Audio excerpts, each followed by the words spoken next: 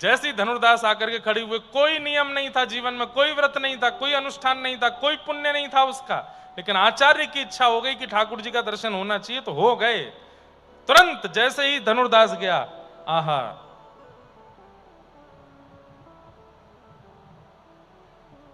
शेषनाग पर पौड़े हुए ठाकुर जी उठ करके बैठ गए, शंख चक्र गदा पद्म धारण कर लिए, कमल मुख नयन, ऐसे सुंदर, इतनी सुंदर झांकी कि धनुर्दास तो घुटनों पर बैठ गया, बस हाथ जोड़ के नेत्रों से अश्रु प्रवाह। बोला एक क्षण के लिए ठाकुर जी लेटिएगा नहीं, अभी आता हूं। कहां जा रहे हो? बोले अभी आता हूं ना। दौड़ के गया, घर से पत्नी को खींच के लाया और पत्नी को भी बिठाया। बोले आज से वचनबद्ध होकर के, कसम खा करके पत्नी सहित आपका दास हूं, अब आपको ही निहारूंगा और किसी को नहीं निहारूंगा। और फिर रामानुजाचार्य जी ने बड़ी कृपा की उसके ऊपर, बड़े अद्भुत। धनुर्दास, लखी जिन लाल की मुस्कान, लखी जिन लाल की मुस्कान, नेम व्रत आचार पूजा, नेम आचार पूजा, पाठ गीता ज्ञान, पाठ गीता लखी जिन लाल की मुस्कान, लखी जिन रसिक भगवत द्रग दई असी, रसिक भगवत ऐच के मुख म्यान, ऐच के। हमारे व्रज के रसिकों की बातें समझना बहुत बड़ी बात है। इतनी बड़ी बात लिखी है यहां पर, अब इसको कोई गुरु के बिना समझ नहीं सकता। रसिक भगवत द्रग दई असी ऐच के मुख म्यान। अब इसका व्याख्यान करना ही बड़ा टेढ़ा काम है, लेकिन कितना सरल है। तो क्या कह रहे हैं? रसिक भगवत, भगवत रसिक देव जी का पद है, वो क्या कह रहे हैं? बोले द्रग दई असी ऐच के मुख म्यान। बोले ठाकुर जी के नेत्र जो हैं, नेत्र जो हैं ये बाण हैं, और इन बाणों की कमान क्या है? बोले ये यहां कमान है। तो भगवत रसिक देव जी कह रहे हैं बाहों कैसे जाती है, ये आईब्रोज कैसे जाती हैं? यहां से ऐसे करके ये जाती हैं। तो इसका मतलब ये तो हो गया धनुष का अग्रभाग, और अग्रभाग के मध्य में होते हैं धनुष। तो ये हो गए दो नेत्र रूपी धनुष, और इनको खींचा कहां से जा रहा है? बोले होठ रूपी म्यान से ऐसे खींच रहे हैं। तो क्या कह रहे हैं? बोले भगवत रसिक भगवत द्रग दई असी ऐंच के मुख म्यान। बोले ठाकुर जी ने ऐसे तिरछे हंस करके, अपनी म्यान खींच करके, अपना ये धनुष का धागा खींचा है होठ से हंस करके, और ऐसे करके हमारी ओर देखा है और आंखों से बाण चला दिया। अब हम घायल हो गए हैं, अब इनके अलावा किसी और को देख ही नहीं पा रहे। रसिक भगवत द्रग दई असी ऐंच के मुख म्यान, लखी जन लाल की मुस्कान। नंददास जी तो बस अब ठाकुर जी हो गए। अब ठाकुर जी के अलावा और किसी को ना देखते हैं, ना किसी के पास जाते हैं, ना किसी की कुछ सुनते हैं। पूरे दिन बस केवल मेरे तो गोविंद ही गुणगान, मेरे तो गोविंद ही गुणगान। ऐसे ही बस ठाकुर जी का भगवत रस गायन आप करते रहते थे।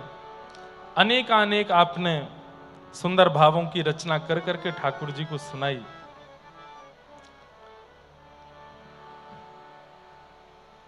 आपने कई ग्रंथों की रचना की,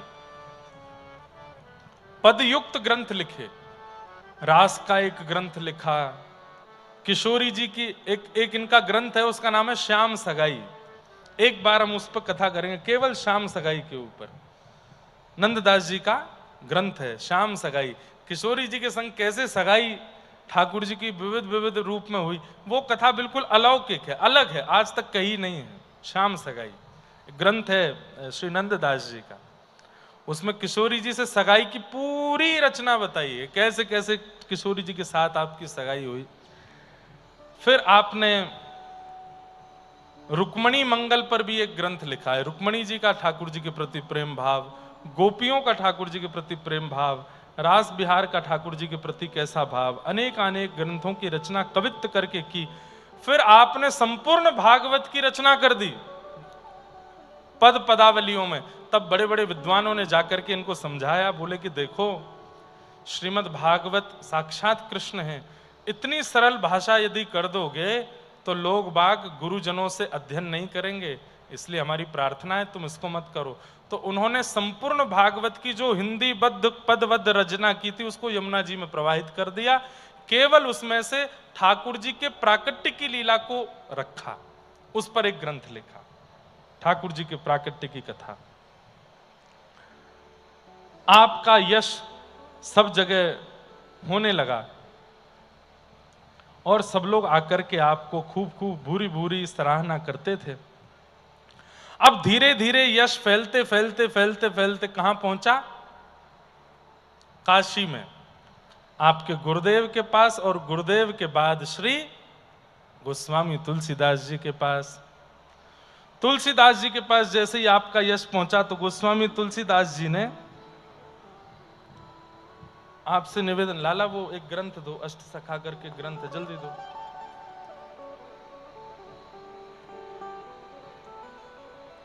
गोस्वामी तुलसीदास जी को पता चला कि भाई व्रजमंडल में एक नंददास नाम के बड़े उच्च कोटि के कवि हो गए। नाम सुनते ही गोस्वामी तुलसीदास जी महाराज समझ गए ये तो हमारे भैया हैं, हमारे गुरु भाई हैं, हमारे चाचा के पुत्र नंददास हैं। तो श्री गोस्वामी तुलसीदास जी ने काशी से कुछ यात्रीगण वृंदावन जा रहे थे, उनसे जाकर के कहा कि वहां नंददास नाम के एक भक्त हैं, उनसे जाकर के कहना गोस्वामी तुलसीदास जी याद कर रहे हैं, अब जल्दी वापस आवें। तो वे लोग आए, आकर के उन्होंने नंददास जी से निवेदन किया। तो नंददास जी ने अष्ट सखा इधर नहीं है,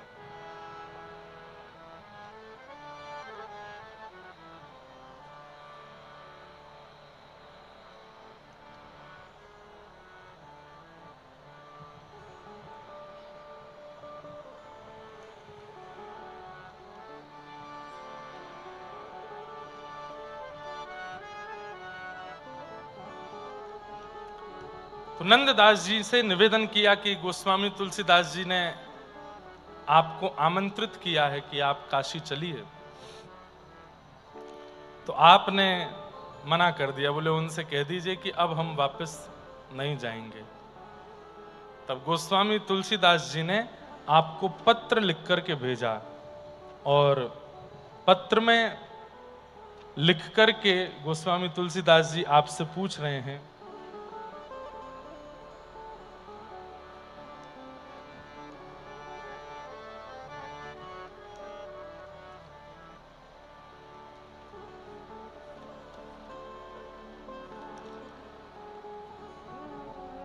कहा कमी रघुनाथ के छोड़ी कुल की कहानी। नंददास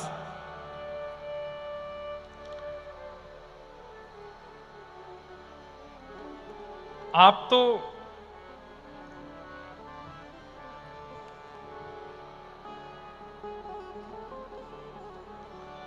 अब सुनिए।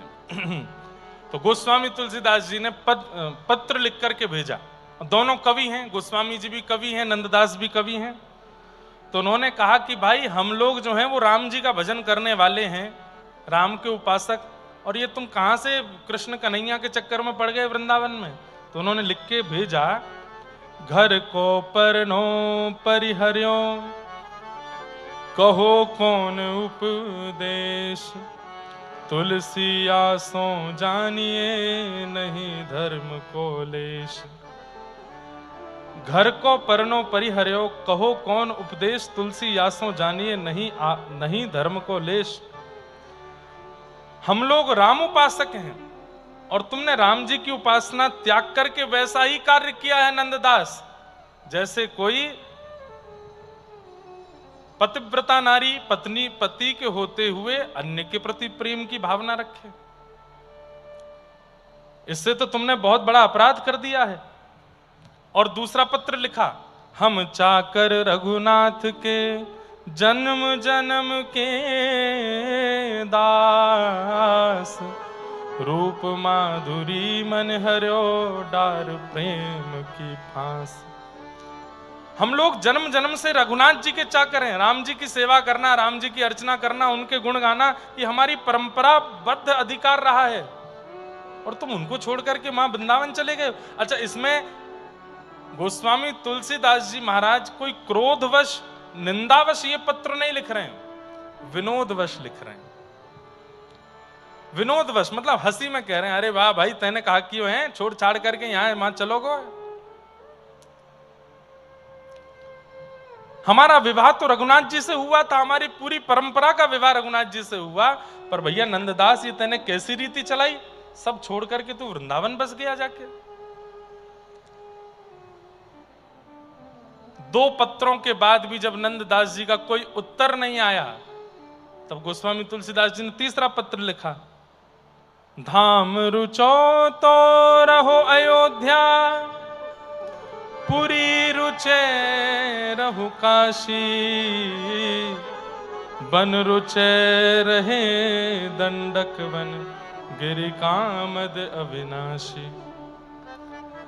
धाम रुचे तो अयोध्या में निवास करना चाहिए, पुरी में रहने का मन हो तो काशीपुरी में रहना चाहिए, और वन रुचे तो एकमात्र दंडक वन में रहना चाहिए, और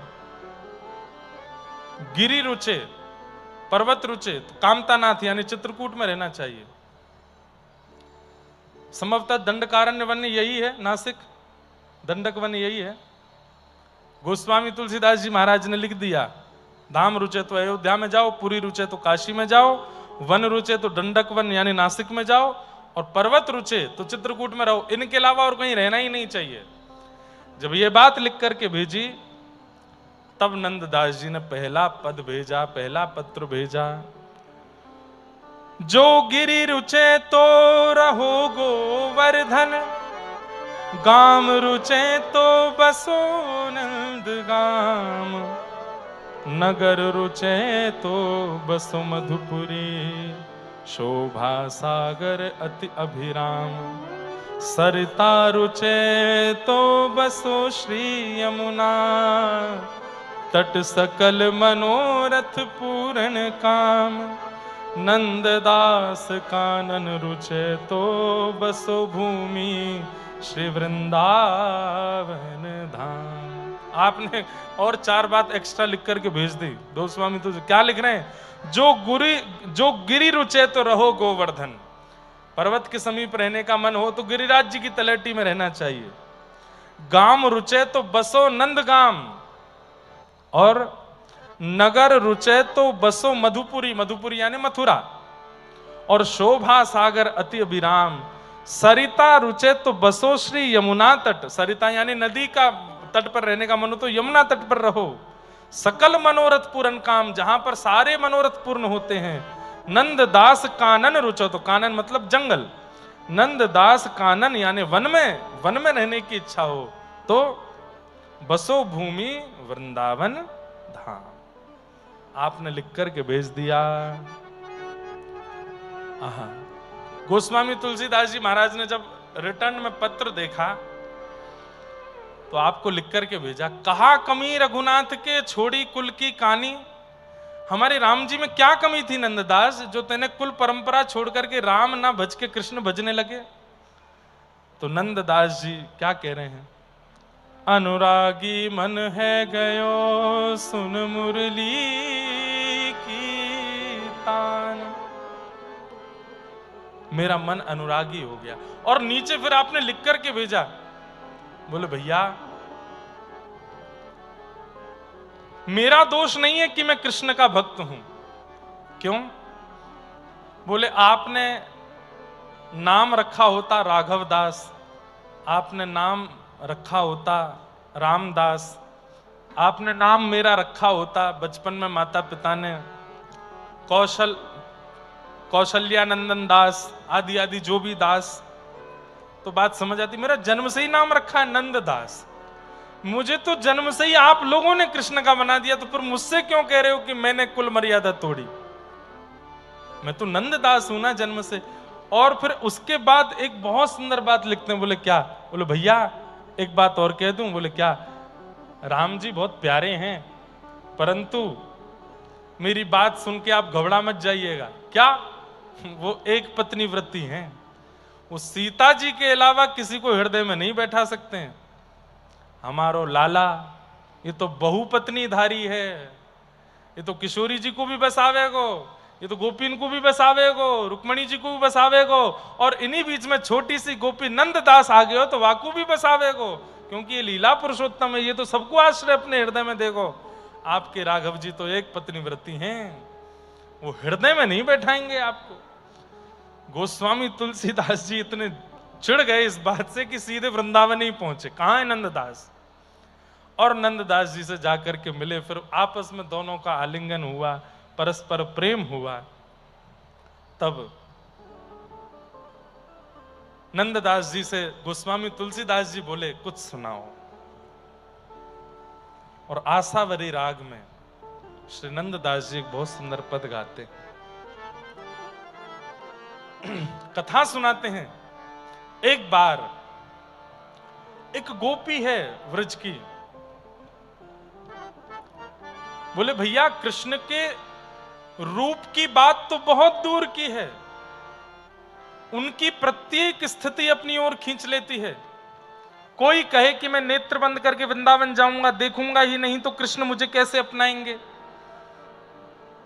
तो बोले नेत्र कितने भी बंद कर लो, कृष्ण ने यदि कान में आके कुछ कह दिया तो उनके शब्द से उनके हो जाओगे।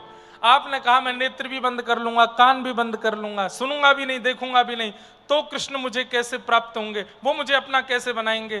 तो बोले वो आपके बगल से निकल जाएंगे, उनकी तन की सुगंधी नासिका से चली जाएगी, तो उनके पीछे बावड़े हो जाओगे। आपने कहा नेत्र कान नासिका सब बंद कर लूंगा, अब कृष्ण कैसे मेरे होंगे? तो बोले कृष्ण अपना अधरामृत आपके अधरों से स्पर्श करा देंगे, अपना अधरामृत आपके अधर से स्पर्श करा देंगे, वो अधर पर स्पर्श होते ही आप उनके हो जाओगे। आपने कहा मैं मुंह भी बंद कर लूंगा, ऐसे मुंह होठ दबा लूंगा, नेत्र कान नासिका होठ सब बंद कर लूंगा, अब कृष्ण मुझे कैसे अपनाएंगे? तो नंददास जी बोले वो अपनी एक कनिष्ठ उंगली से आपके अंग के किसी भी भाग को छू देंगे, उस स्पर्श से जो रोंगटे खड़े होंगे और जो तन की स्थिति होगी, बिना उनके रह नहीं पाओगे। अंत में आपको यही कहना पड़ेगा कि मैं मर जाऊंगा, प्राण त्याग दूंगा, तो कृष्ण के कैसे होंगे? अरे वो तन के भीतर से आपकी जीवात्मा को निकाल करके उसका आलिंगन कर लेंगे, वो किसी भी रूप में आपको नहीं छोड़ेंगे, हर रूप में आपका स्वीकार कर लेंगे। इसलिए कृष्ण से बचना बहुत मुश्किल है।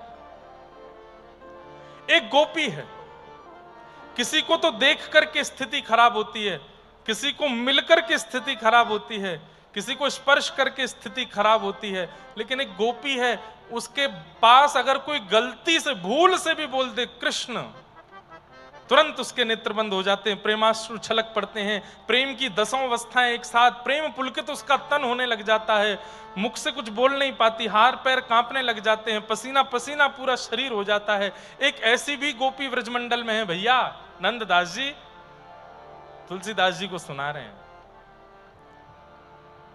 लेकिन सास ससुर ननद वो इस स्थिति को नहीं पहचान पाते हैं, वो तो उसे मारते हैं, टोकते हैं, तू क्यों नहीं जाती, घर के काम क्यों नहीं करती है, अरे जल भरने क्यों नहीं जाती, यमुना तट जाया कर, नीर भर के लाया कर। आज वो सखी डरते डरते जा रही है, और डर क्या है? कृष्ण दिखे इसका नहीं, अरे दिख करके तो मेरे प्राण ही निकल जाएंगे, वो अच्छा है प्राण निकल जाएं, पर दिख तो रहे नहीं है, कहीं कोई गलती से कृष्ण ना बोल दे। पहुंच गई यमुना तट पर, अपनी एक सखी को लेकर के गई है, बोले बस तू मुझे बचा लियो, कोई कृष्ण ना बोल दे। और वहां जाकर के जैसे ही यमुना जल भरती है, पल्ली पार ठाकुर जी गैया चरा रहे थे, और शाम का समय हो गया है, वापस नंद भवन जाने की समय बेला आई है। और उसी समय तन सुखा, मन सुखा, धन सुखा, मधुमंगल, श्रीदामा सब ठाकुर जी को कह रहे हैं कि लाला घर जावे की देर है गई है, चल अब जल्दी। तो जैसे ही सखाओं ने नाम उच्चारण किया, अरे कन्हैया, गोपाल, माधव, कृष्ण, गोविंद, कहाँ है लाला? अरे नंद भवन जावे को समय है गयो, जल्दी चल।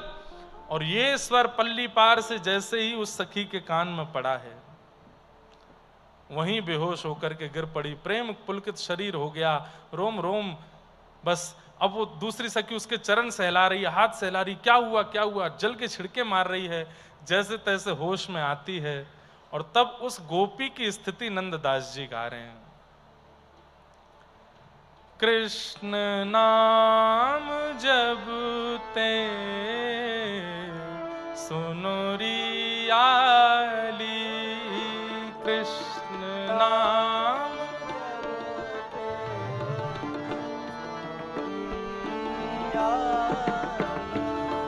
कृष्ण नाम जब ते सुनुरी आली। सब लोग गाओ।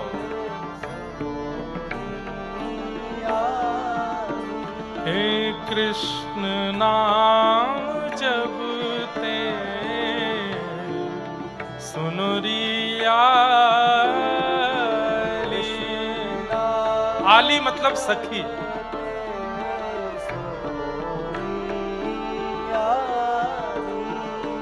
भूली री भवन में तो बाबरी भई रे।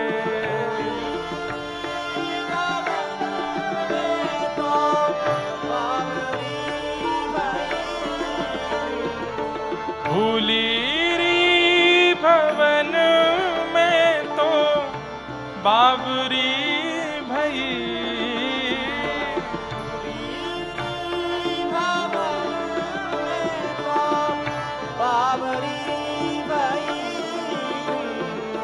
कृष्ण नाम जब ते सुनुरी आली।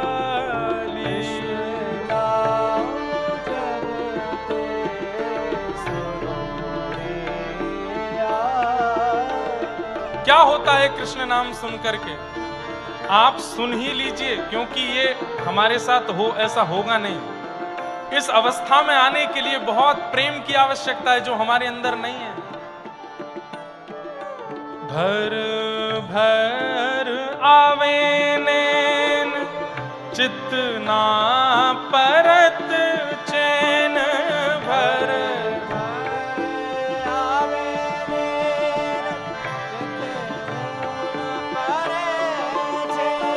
हे भर भर आवे नैन चित ना परे चैन।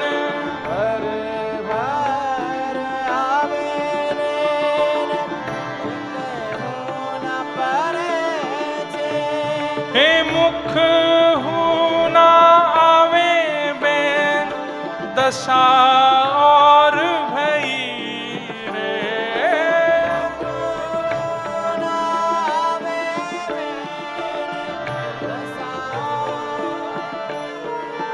हे मुख हूँ ना आवे बैन दशा और भई रे।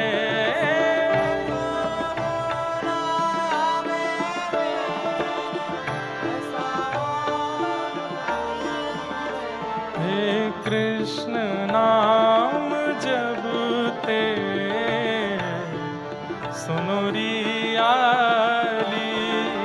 कृष्ण नाम जब ते सुनुरी आली। हाँ कृष्ण नाम जब ते सुनुरी आली। कृष्ण नाम जब ते सुनुरी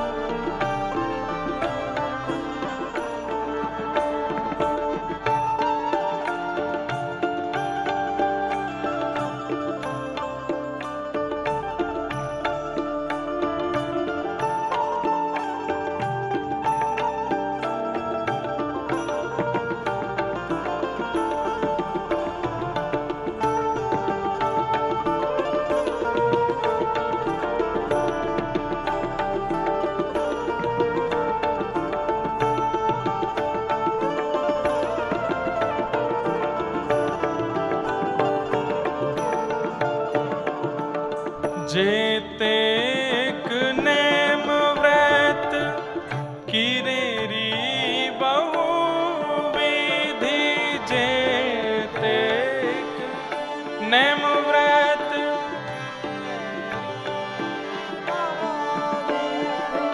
जेतेक नेम व्रत किनेरी बहु विधि,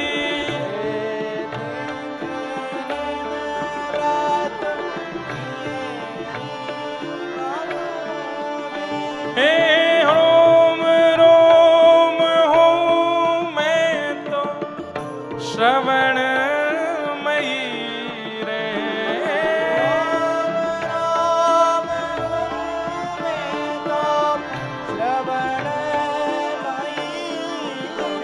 हाँ रोम रोम हूँ मैं तो श्रवण मयी रे, राम राम मैं तो श्रवण हे नंद दास जाके सुने श्रवण गति, नंद दास जाके श्रवण सुने, नंद दास जाके श्रवण सुने गति, नंद दास जाके श्रवण सुने गाती, हे माधुरी मूरत की धो कैसी दई रे, माधुरी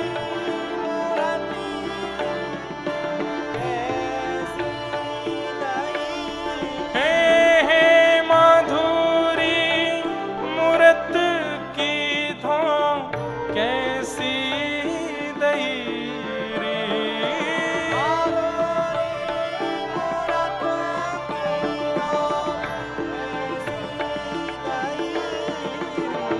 हे कृष्ण नाम जपते सुनो रिया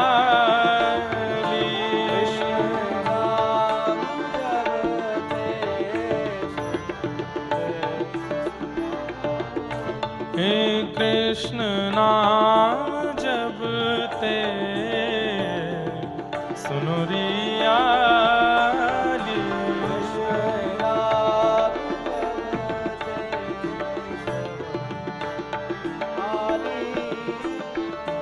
भूली री भवन में तो बाबरी भई रे,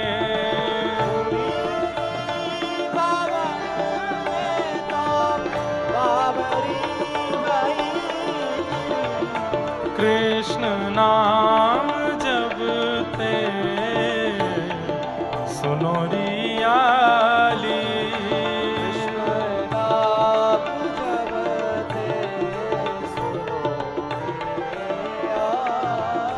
हे कृष्ण नाम जपते सुनो रियाली,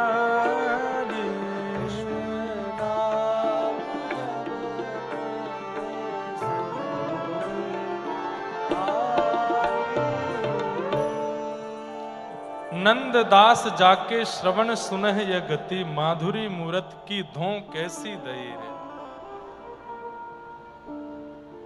नंददास जी इस पद के माध्यम से गोस्वामी तुलसीदास जी से एक बात कहते हैं कि हमारे दो कान हैं और अगर हम दो कानों से ही श्रवण करते हैं तो इसका मतलब कृष्ण दर्शन, कृष्ण मूरत चित्त में विराजित नहीं हुई है। क्यों? बोले दो कान ही सुनते हैं तो इसका मतलब अभी भी हम सामान्य जीव हैं, लेकिन रोम रोम सुनना प्रारंभ कर दे तो समझो कृष्ण स्पर्श हो गया है, कृष्ण चित्त में बस गए हैं। और ऐसा व्यक्ति फिर पुनः संसार का नहीं हो सकता। कल रात्रि हम लोग बैठे थे और हमारे गोविंद काका एक सुंदर प्रसंग सुना रहे थे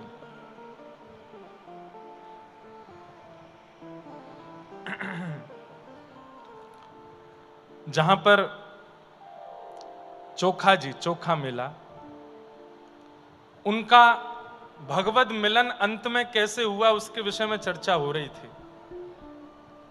और आपने एक सुंदर लीला सुनाई कि चोखो मेला जी, उनका भी पंडरीनाथ भगवान के मुख्य द्वार पर श्री नामदेव जी की परिवार की समाधि है और उसके ठीक सामने श्री चोखा मेला जी की समाधि है। तो चोखा मेला जी पंढरपुर के पास के गांव में कुछ मजदूरी करने के लिए गए थे, कुछ कार्य करने के लिए गए थे। बहुत ध्यान से सुनिएगा। और तभी एक दीवार, पत्थर की दीवार होगी, ईंट की, मिट्टी की दीवार थी, वो दीवार गिरी और उसके नीचे कई सारे कार्यकर्ता, काम करने वाले लोग दब करके अपने प्राणों का त्याग कर दिए। उनमें से एक चोखा मेला जी भी थे, भगवान पंढरीनाथ के परम भक्त, जिनके गांव आज भी पंढरीनाथ जी की सवारी, आज भी पालकी पे बैठ के पंढरीनाथ जी का स्वरूप जाता है, चित्रपट जाता है और वहां ठाकुर जी फल पाके आते हैं चोखा मेला जी के यहां।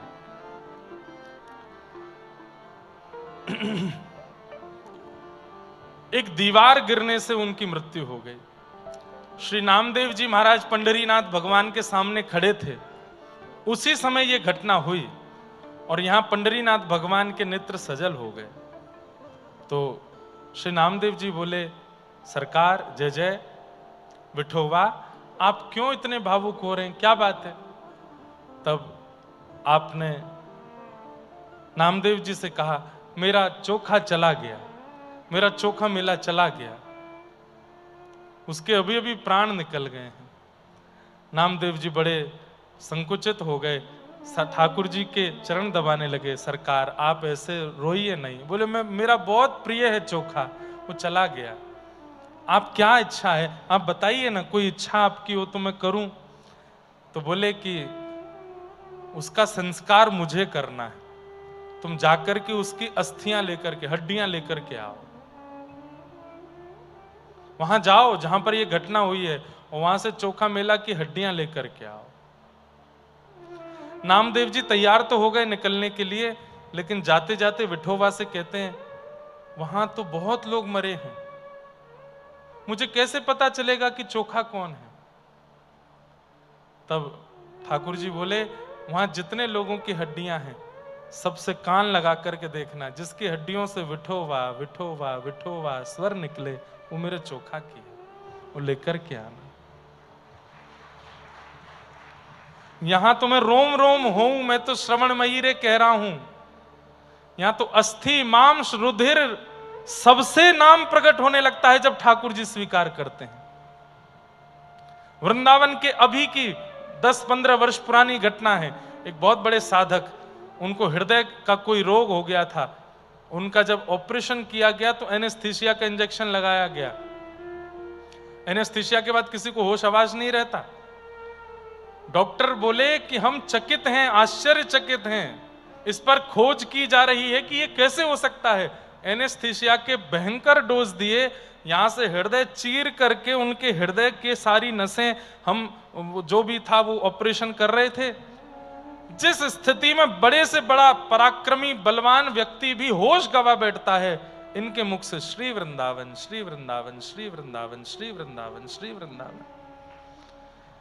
बोले, हम लोगों का ऑपरेशन में मन नहीं लग रहा है, हम उनकी ओर देख रहे हैं, नेत्रों से अश्रु गिर रहे हैं और मुख से श्री वृंदावन श्री वृंदावन श्री वृंदावन। मैं अपने लोगों से, तुमने एनेस्थीसिया लगाया था? बोले हाँ। ये कैसे होश में बोल सकते हैं?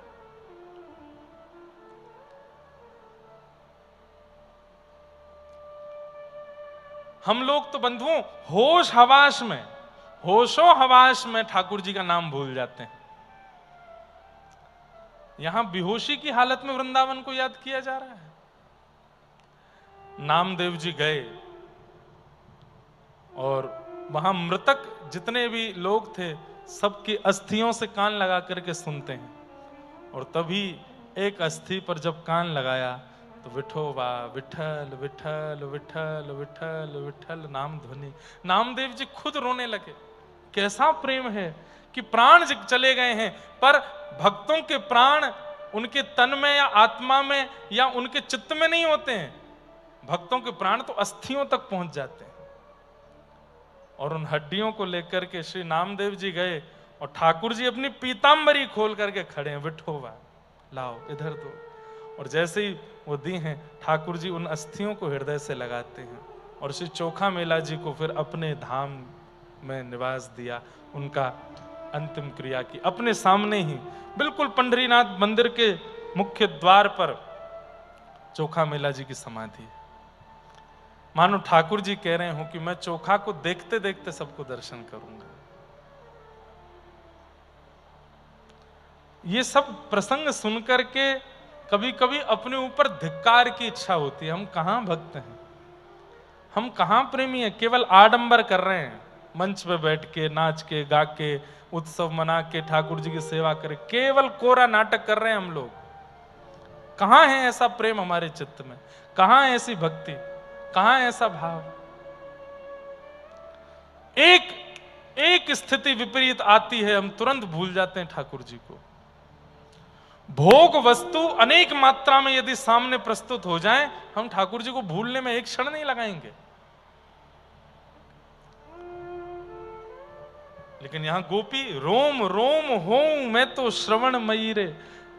एक गोपी कह रही है, अरे तू कान में रुई डाल के चला कर, गोकुल की गलियों में, वृंदावन की गलियों में नहीं सुनेगी कृष्ण ध्वनि।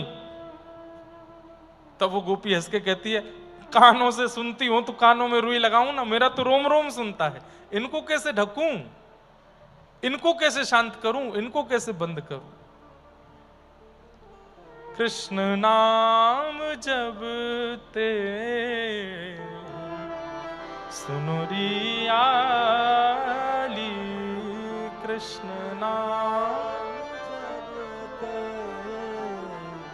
सुनुरियाली।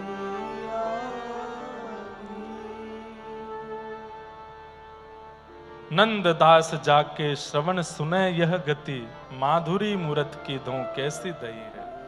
अपनी स्थिति समझाई गोस्वामी जी को, मेरा रोम रोम कृष्णमय हो चुका है, अब मैं वापस कैसे जाऊं यहां से। तब गोस्वामी जी ने हृदय से लगा, अरे पागल, हम तो आनंद ले रहे हैं, रामकृष्ण में कोई अंतर है क्या। जैसे ठाकुर जी हैं वैसे ही हमारे राम जी हैं, कोई अंतर नहीं। मैं तो आनंद ले रहा था तुझसे, मुझे बहुत प्रसन्नता है कि तू वृंदावन को बचता है। तो बंधुओं, गोस्वामी तुलसीदास जी, मैंने कहा था ना, इनके सुंदर सुंदर ग्रंथ है। रामचरितमानस की अकेली रचना नहीं करी है गोस्वामी तुलसीदास ने, मानस जी की रचना की, हनुमान चालीसा की रचना की और विनय पत्रिका की रचना की, गीतावली, कृष्ण गीतावली, उसमें ठाकुर जी के पद गाए हैं श्री गोस्वामी तुलसीदास जी ने। तो आपने नंददास जी से कहा, चल अपने ठाकुर के दर्शन करा। तो नंददास जी इनको लेकर के गोवर्धन पहुंचे और गोवर्धन में ये झांकी खड़ी है, श्रीनाथ जी खड़े हैं। नंददास गोस्वामी तुलसीदास जी दर्शन करने गए, आपने जाकर के जैसी छवि देखी, नंददास जी ने दंडवत प्रणाम किया। गोस्वामी जी से कहा, भैया प्रणाम करो। हम नहीं करेंगे। बोले कहा, बोले हम अनन्य हैं, धनुषधारी के आगे ही झुकते हैं, मुरलीधारी के आगे नहीं झुकेंगे। और आपने एक पद में कह दिया ठाकुर जी से, कहा कहो छवि आपकी भले बने हो नाथ, तुलसी मस्तक तब नवे जब धनुष बाण ल्यो हाथ। ओ वृंदावनचारी, ओ वनचारी, ओ नंदनंदन, अगर चाहते हो कि तुलसीदास दंडवत प्रणाम करे तो एक बार धनुष बाण हाथ में लेकर के दिखाओ। आहा, गोस्वामी तुलसीदास जी देख रहे हैं, नंददास जी देख रहे हैं, और देखते ही देखते ठाकुर जी ने अपने जन के कारण कृष्ण भय रघुनाथ, तुरंत हाथ में धनुष बाण लेकर के ठाकुर जी खड़े हो गए। गोस्वामी तुलसीदास जी महाराज ने दंडवत प्रणाम किया, चरणों में प्रणाम करके बलियां लेने लगे। आहा, बहुत सुंदर झांकी। बरनो अवध श्री गोकुल गाम, गोस्वामी तुलसीदास जी ने तुरंत एक रचना करके गाई, वरनो अवध श्री गोकुल गाम। उत विराजत जानकी वर, इत है श्यामा श्याम। उत विराजत जानकी वर, इत है श्यामा श्याम।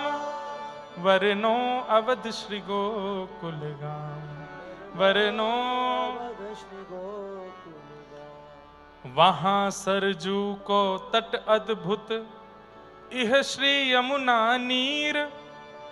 हर्त कलिमल दो मूरत, सकल जन की पीर। वरनो अवध श्री गोकुल, हाँ वरनो अवध श्री मन जटित श्री क्रीट राजत, राजत संग लक्ष्मण बाल। मोर मुकुट रूबेनु कर, इह निकट हलधर ग्वाल। वरनो अवध। वहां कैसे बैठे? बोले मणि जटित श्री क्रीट विराजे। बंधुओं, जब ऐसे धारण किया जाए तो वो मुकुट है, और ऐसे धारण किया जाए तो वो किरीट है। श्री राम जी किरीट पहनते हैं, मणि जटित किरीट धारण करते हैं। राजत संग लक्ष्मण बाल, लक्ष्मण आदि भैयाओं के संग जो बैठे हैं।